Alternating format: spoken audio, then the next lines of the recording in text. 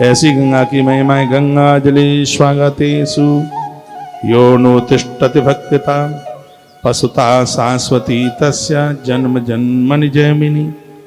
भगवान व्यास कहते हैं गंगा जी के जल को ले जाते हुए जल को ले जाने वाले मनुष्य को देखकर भक्ति पूर्वक खड़ा हो जाने पर हजारों अश्वमेध यज्ञ का फल गंगा जल के सामने आ जाने पर जो भक्ति पूर्वक खड़ा नहीं हो जाता उसको हे जयमिनी सदा सदा के लिए पशुत्व योनि को प्राप्त करना होता है। जो गंगा जी में मलमूत्र का विसर्जन करते हैं, थूकते हैं, 1,00,000% वो लोग पशु बनेंगे, जानवर बनेंगे, उनको कोई रोक नहीं पाएगा। इसलिए गंगा जी की स्वच्छता को, गंगा माँ की पवित्रता को बना करके रखिए। माँ गंगा हमें जीवन देती है, सब कुछ देती है। गंगा जल को प्राप्त करके भक्ति पूर्वक उसको ग्रहण करें। जो गंगा जी का आचमन करता है उसके करोड़ों जन्मों में अर्जित पुण्य, जो गंगा जल को प्राप्त करके भक्ति पूर्वक जो उसे ग्रहण नहीं करता, गंगा के किनारे पर पहुंच करके आलस प्रमाद में रहकर गंगा में स्नान नहीं करता, और जो कोई गंगा नहाने के लिए जा रहा है उस व्यक्ति को जो कोई रोक लेता है तो आने वाले समय में उस व्यक्ति का वंश नष्ट हो जाता है।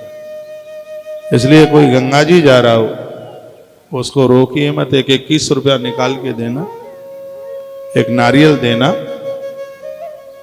कहना कि भेंट हमारी गंगा मैया को समर्पित कर देना।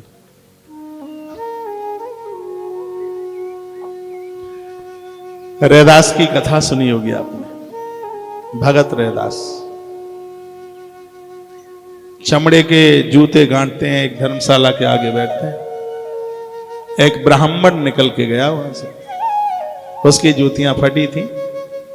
रैदास ने उसकी फटी जूती उतरवाई और कहा ब्राह्मण देवता इसको सही कर ले।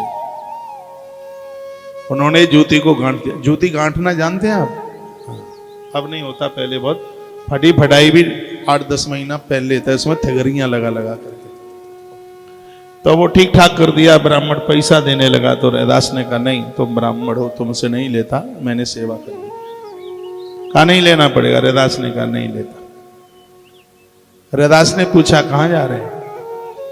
उसने कहा मैं गंगा जी नहाने के लिए जा रहा हूं। रैदास ने एक सिक्का निकाला और कहा मुझे आज समय नहीं मिल पा रहा है मां को दर्शन करने के लिए, मेरी भी एक भेंट, जैसे मैंने आपको बोल दिया किसी को नारियल कुछ पैसा दे देना और कह देना गंगा जी को हमारी तरफ से समर्पित कर देना। तो ऐसे ही रैदास ने एक सिक्का निकाला, उस ब्राह्मण को कहा कि यह गंगा मैया को दे देना, समर्पित कर देना, और ऐसे ही मत फेंक देना।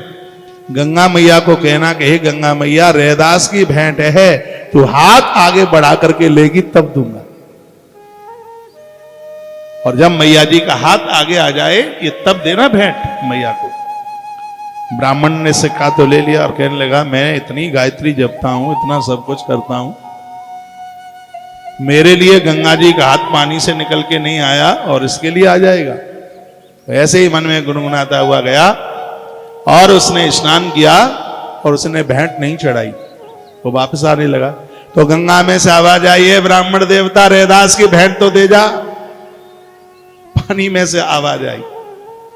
वो ब्राह्मण लौट करके गया तो देखा वहां तो कोई था नहीं। फिर कहा सोच क्या रहा है, भेंट दे दे रैदास की। तो ब्राह्मण ने कहा ऐसे नहीं देता। उसने कहा है कि गंगा मैया का हाथ ऊपर आएगा तब दूंगा। तो गंगा मैया ने कहा चल देख ले मेरा हाथ। गंगा के जल में से गंगा मैया का हाथ ऊपर उठ करके आया। उस हाथ में सोने का कंगन रखा हुआ था, क्योंकि गंगा मैया को जो कोई कुछ देता है तो मैया कई गुना करके वापस कर देती है। ये गंगा मैया की विशेषता है।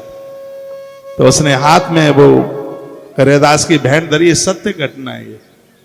ये विंध्याचल के आसपास की घटना है। ये विंध्याचल पड़ता है उधर काशी की तरफ, वहां गंगा मां बहती है, उधर का ये प्रसंग। तो ब्राह्मण को वो कंगन मिल गया, अनमोल था, बाजार में बेचा सो बहुत रुपया ब्राह्मण को मिला। और बाजार में जिसको वो कंगन जिसने खरीदा उसने वो कंगन महारानी के यहाँ भेज दिया। रानी के यहाँ से पैसा बहुत मिलेगा, लेकिन रानी ने तो घर में झगड़ा कर दिया। राजा खरीद के लेके गया था तो रानी ने घर में झगड़ा शुरू कर दिया, इसका एक है तो दूसरा जरूर कहीं होगा, कौन ऐसी मेरी सौत है जिसको दे के आ गए तुम। वो रानी लड़ गई बड़ी जोर से, जरूर तू किसी न किसी दूसरी स्त्री को, वो तो क्या क्या बोली मैं क्या बताऊं, तो जरूर दे करके आया। अब राजा की खलबली, घर में बड़ी परेशानी। राजा फिर उसके पास पहुंचा, कहा कि इसका दूसरा कंगन का है। दुकानदार ने कहा, राजा साहब एक ही कंगन ब्राह्मण बेच के गया, सो ब्राह्मण को पकड़ लिया, कहा ये कंगन तेरे पास कहां से आया। तो ब्राह्मण ने राजा को कहा, कंगन तो बहुत सस्ता है, गंगा मैया पैसा ले लेती है, कंगन दे देती है। तो राजा ने एक गाड़ी मोहर की सजा ली और गंगा किनारे उस ब्राह्मण को गाड़ी में बैठा करके राजा पहुंच गया गंगा के किनारे। बोरे खोलेगा ऐसे भरे और कहें, हे गंगा मैया पैसा ले ले कंगन दे दे, पैसा ले ले कंगन दे दे। अंदर से आवाज आई, ये रैदास की भेंट नहीं है, सब पैसा लेकर के तुम्हें कंगन दे दूंगी। राजा ने उस ब्राह्मण को पूछा, ये रैदास कौन है।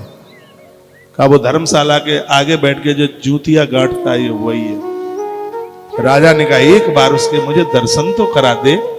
ब्राह्मण देवता गंगा मां ने जिसका नाम अपने मुंह से लिया है, वो आदमी कोई साधारण नहीं हो सकता, वो साधारण कोई इंसान नहीं हो सकता, एक बार मैं उसका दर्शन करूंगा। तो राजा को ब्राह्मण देवता लेकर के आए, तो आपने रैदास अपनी मस्ती में जूते गांठ रहे थे। तो ब्राह्मण ने आकर के कहा रैदास को, बाबा राजा की रानी रूठ गई है, गंगा मैया ने एक कंगन दिया था, वो दूसरा मांग रही है, एक बार तुम गंगा को कह दो ना, वो तुम्हारी ज्यादा खासम खास है, तुम्हारी सुनती है, उसको कह दो कि वो दूसरा भी कंगन दे दे। रैदास ने कहा, मुझे समय नहीं है, मैं माँ गंगा का भगत हूं, तो मैं उसके यहाँ नहीं, मैया मेरे यहाँ आएगी। और सामने वो एक चमड़े का पात्र रखा हुआ था। बताते हैं कि वो आंख बंद करके गंगा मैया का रैदास ध्यान करने लगे, तो चमड़े के पात्र में गंगा जी प्रकट हो गई। और उस समय एक कहावत सिद्ध हुई, मन चंगा काठवती में गंगा। ये तभी का समय मां गंगा का दर्शन हुआ था, मां गंगा ने दूसरा कंगन दिया। राजा रानी उसी समय मां भगवती गंगा के इतने बड़े भक्त बन गए, काशी के आसपास दोनों किनारों पर राजा रानी ने मां भगवती गंगा के बहुत बड़े बड़े घाट बनवाए, घाटों का जीर्णोद्धार कराया। जो एक ईंट भी गंगा मां के किनारे लगा देता है, मेरी गंगा मैया हजारों जन्मों तक उसके परिवार को चौड़े में नहीं रहने देती। ये महिमा मां भगवती गंगा की है।